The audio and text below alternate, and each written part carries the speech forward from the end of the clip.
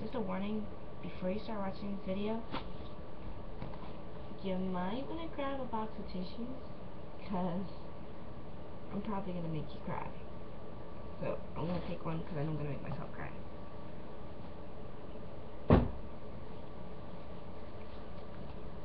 Today is June 19th, 2013, and it is World Sickle Cell Day, which is a day dedicated around the world to those of us living with the disease, to advocate, empower ourselves, and for those of us who don't have the disease, to help raise awareness.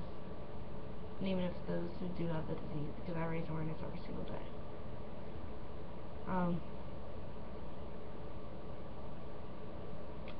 See, I've always been known as the girl whose smile can light up an entire room, who, no matter how bad she feels, you would never know, because she always has a smile on her face. Even when I'm sick, even when I'm having a crisis, I always have a smile on my face. And most people can't understand why. Truth is, sometimes I can't either. I sit there and I think to myself, you're in pain. Why are you smiling? I smile because I'm glad. Yeah. In the last 22 years, I've experienced more pain than most people experience in their entire life. But it's bittersweet. What doesn't kill you makes you stronger. I know the pain won't last forever. And it's a sign that I'm still alive. Because I'm still fighting. This last year has brought a lot of changes to my life. I lost a family member who was very, very dear to me. And I lost a friend and fellow warrior. About 7 years ago, my mom and I were reading the paper. And we were reading, it was about, I think February, yeah, it might have been February. And we were reading the paper, and my mom came across an article, and I said, "Ooh, Mom, look." And she said, "What is it?" And I said, "It's for a sickle cell benefit." I said, "There's a number, and a lady's name. Should we call?" And she said, "Sure, why not?" So my mom calls and talks to the lady. Her name is Miss Claudia Joy Smith. She answers the phone, and my mom, she inquired about the benefit, you know, how much tickets were and everything. And she said, "I have a favor to ask of you." And my mom said, "What would that be?" And she said, "I would like you to ask your daughter if she'd speak at the benefit." I looked at my mom and I immediately said no. I said no. Because public speaking has never been my strong suit, especially when it comes down to my sickle cell. Getting up in front of a room full of strangers, even a room full of people that I know, and sharing my experiences of what it's like, what it's been like living with and dealing with this disease is not easy. And truth be told, if I could record this video and tell someone what to say and then have them do it for me, I would. But I know the effect wouldn't be the same as you hearing it straight from me. So I go to the benefit. They get up there, they announce my name. I get up there, I tell my story, and I start crying. It bawled my eyes out completely, just gone, just tears everywhere, the puffiness and everything. I made it to the page of the paper, but that day I met someone very special to me. We became very close over the years. Well, not very close, but in a way. Close to me anyway. I met a girl who, at the time, I didn't know was much older than me. But her name was Holly Jones. And I remember a couple years prior to that benefit, she lost her brother, who I found out had sickle cell as well. He died at our hospital in the emergency room because they didn't treat him fast enough. He died there waiting to get treated because they didn't take his condition seriously enough. He has sickle cell. That in itself is serious. And the thing I don't get is, okay, how can people deny and say that a disease does not exist when so many people suffer from it? We don't say cancer don't exist. We don't say AIDS don't exist. We don't say lupus, multiple sclerosis, scoliosis, cerebral palsy. We don't say that doesn't exist. But so many people are so quick just to dismiss the fact that sickle cell is real. Now, just because I have pain and you can't see it doesn't mean it doesn't exist. It's as real as you or me. And there are times that I wish I could just, wave a magic wand and maybe, give people like a pinch of the pain that I feel. Maybe that way, they would be like, wow, this really is real and she's really not kidding. Like, this really hurts. Although I don't understand people would lie about being in pain. I've been in pain my entire life. No fun. No bueno, as my friend would say. No bueno.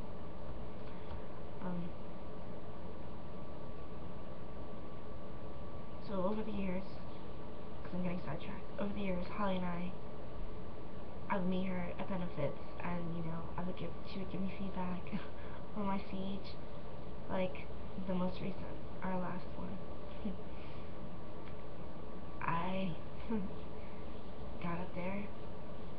She saved a spot for me, which I always sat next to her because I don't know, somehow I just felt comfortable knowing that I wasn't the only person there that had the disease. So we would always sit next to each other. We would always talk, and for some reason, I felt a connection with Holly. Now, I'm not the only person in my family that has the disease. My little cousin, Darrell, has it. We talk about it sometimes. But I just felt a connection with her that I've never felt with anyone else. And it may have been because she has sickle cell and she's a woman, so she could relate and she understands a lot of the fears that I have being a woman and having sickle cell. And she gave me some good advice. She said, you live every day like it's your last. She said, because you're never promised another one. She said, and this is the only life we get, so we gotta live it right. So the last benefit we had, which was back in February, March, I believe. I'm not sure, one of those days, one of those months. And I get there, she's really bad. I didn't expect this many people to show up. So Holly, I look, and my mom sits down at a table behind me, and Holly's like, come here, I save a spot for you. And I said, okay. So myself, as a procrastinator, I didn't finish writing my speech before I got to the benefit. I was so ashamed, but Holly helped me write it. I read what she wrote, and then I figured what I wanted to say. So she's always been like my little support system. Like, she'll encourage me. She's like, hey, you did a good job, I'm proud of you. So I usually always go first. I don't know why, because everybody knows I'm gonna cry. So I got up there, I started my speech, and not even after reading 2 sentences, I started bawling. I started crying because I was happy that everyone gave their free time to come out and raise awareness for a cause that is so important to me and so near and dear to my heart. They could have spent their time doing anything else. They could have decided not to show up after they bought their ticket. They could have decided, I'm not gonna go. No point. Why? It doesn't matter to me. I don't have the disease. Why should I go? But they came. My room was packed full of people. I've never seen that many people in my life in one room. And that was a small room too. But I got up there, 2 minutes into my speech, started bawling my eyes out. I wrote 2 sentences and started crying. And I just came with this overwhelming emotion. Happy, sad, scared, nervous, whatever you want to say. I was everything that day. And a lady was like, I could see out of my side view that she was standing up there. And, she was like waiting in the wings. And then I see my mom get up. And I see her come over. She's just like, oh man, she's crying. I knew this was gonna happen. And everyone started clapping. Just started clapping. And they said, see.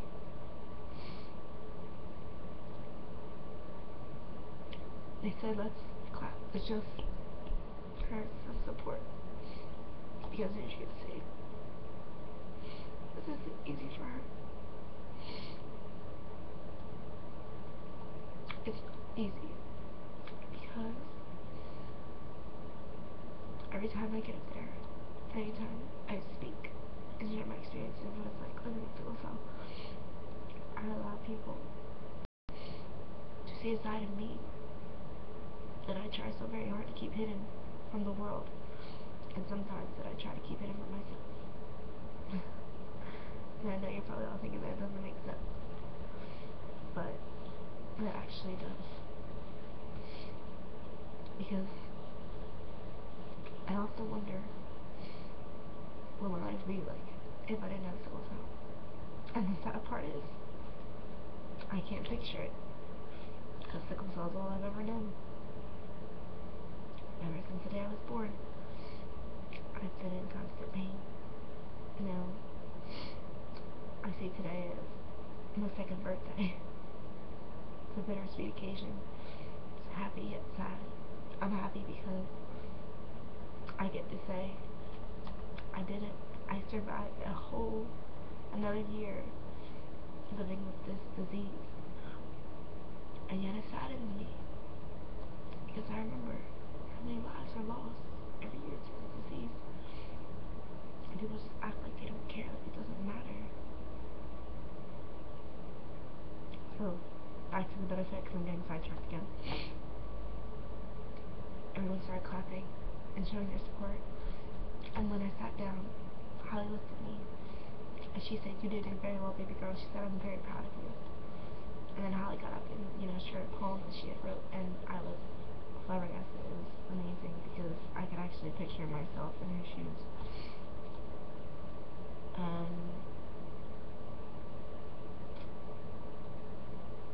And then Holly and I have always wanted to start a support group for the Tri-County area. And sadly, Holly will not see that come to fruition. Because Holly died in May from complications of sickle cell. And I was so hurt. Now, I may not have known her, as well as a lot of her other friends, but Holly and I have a bond that most people never understand, because we're warriors. Because we all fight our own personal fight, but all of our fights are in the same war. We're all fighting to live with our illness. Now,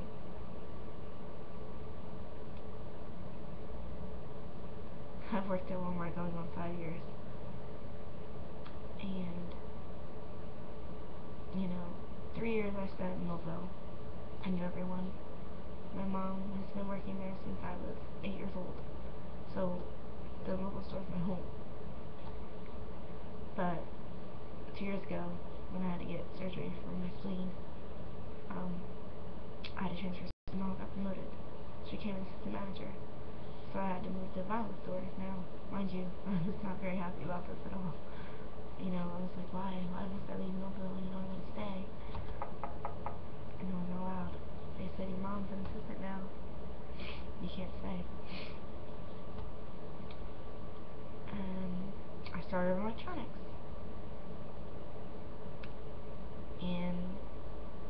started there 2 years ago, almost 2 years ago, I've met some amazing people. Some people that, I don't know, I never thought I would be friends with, I guess I could say. Courtney's one of them. Courtney is crazy. I call her my biffle. um, she's a very, very sweet, loving girl. Um, she takes care of me when I'm sick. She's kind of like my second mom at work, I guess you could say, because she treats me like a sister, but protects me like a mom, and it's really sweet. And then there's my sweet Denisa. I feel bad because I think I've cried on Denise's shoulder more than anyone at that store. Um, but I'm just blessed to have friends like that, to know that I can lean on them and they won't see me any different. Because there's plenty of times that I go to work in excruciating pain and can barely move, but no one knows I'm so doped up on more like Tylenol or Dilaudid or oxycodone or whatever it is. But my real friends can always see through me, and they don't mind if they ever get a text saying, hey, or like I call and I'm in excruciating pain, I just start crying. Like, they don't mind that, and they always pray for me. It means a lot.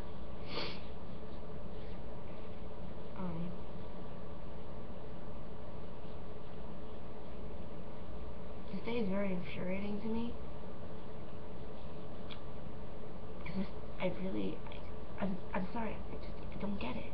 I don't get how the world, the government, can basically turn a blind eye to people suffering. Like, I don't get it. I really don't. There is no government funding in the United States for sickle cell.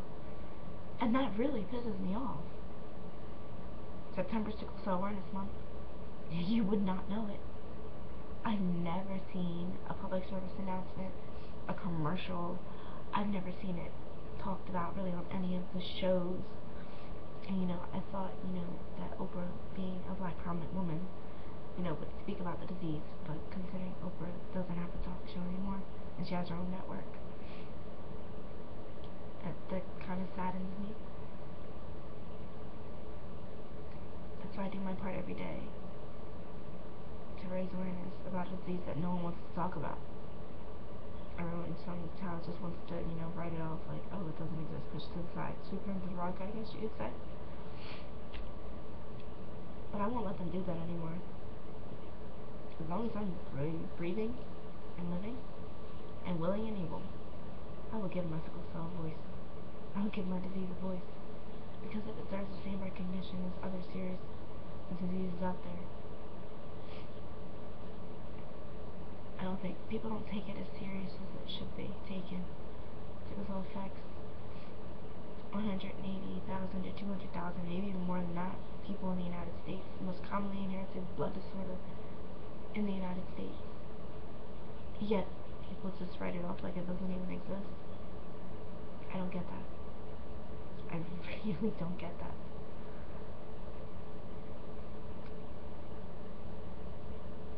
I feel bad. I don't feel bad. Okay. My friends have seen me cry. They've seen me get sick, and their face just turns to complete panic. But I love them because they don't treat me any different. Yeah, they worry about me a lot more, but they know what's wrong with me. But they don't treat me any different.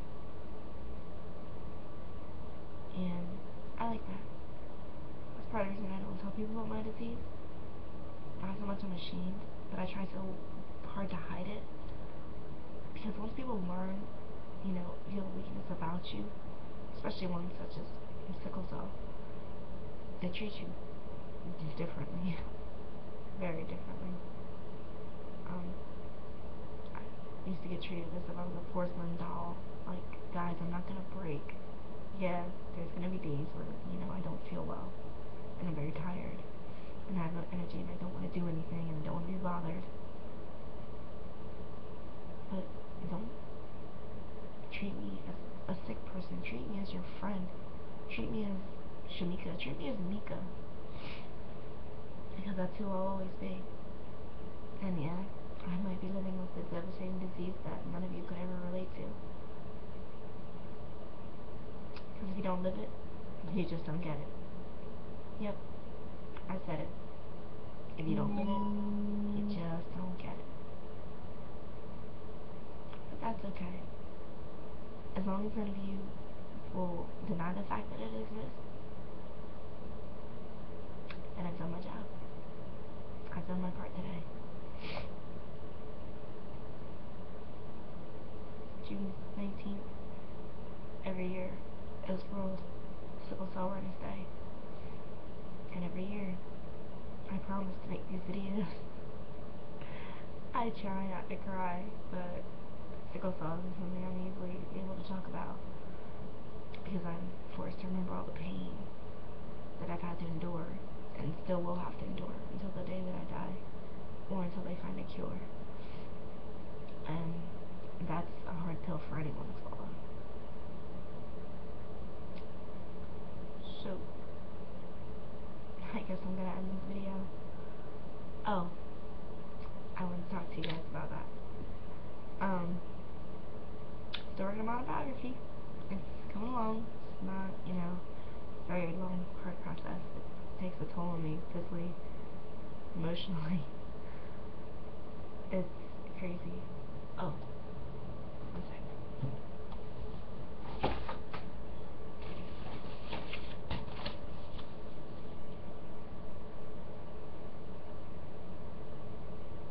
I was given this award at my last sickle cell benefit.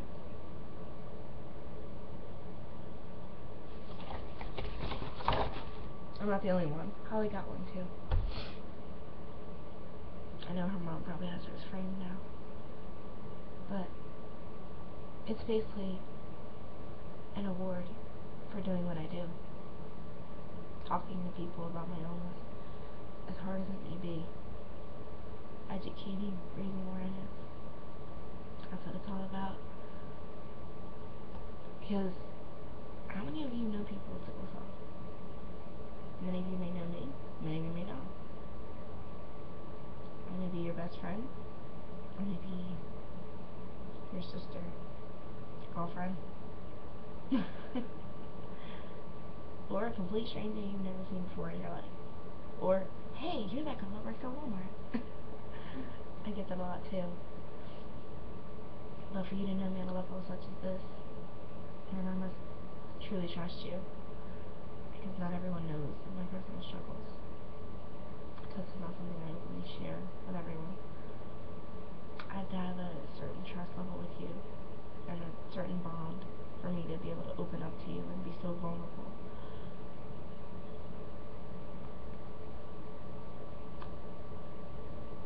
I didn't want to say this. But it was supposed to be a secret. But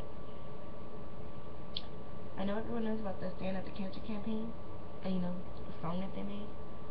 Yeah, well, I'm writing my own about sickle cell. It's not going to be a sad song, it's going to be an inspirational, uplifting song, motivational song.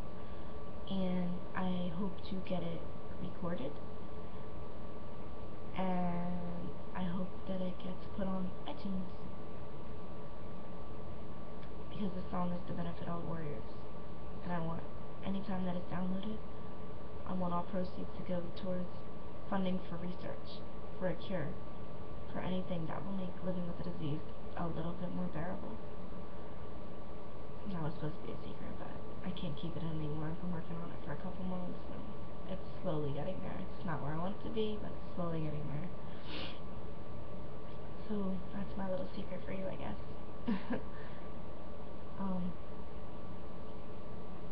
If you don't do this for anyone else, if you don't do it for me, do it for the future generations.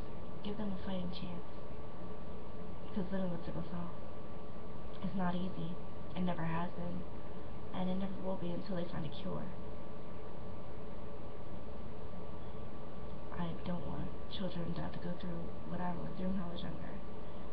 With the hate, the bullying, the ridicule, and just the plain ignorance of the world that even now as an adult I still deal with, from my own doctors, from my own family sometimes.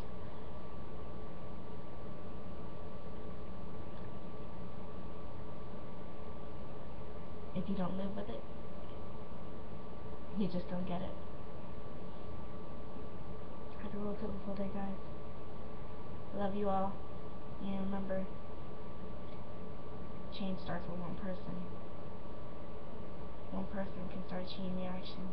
A chain reaction start a movement. And a movement can make a difference. You're never too small to make a change. You're never too small to change the world. Change starts with one person. Will that one person be you? Let me know. I love you guys and thank you for watching this video.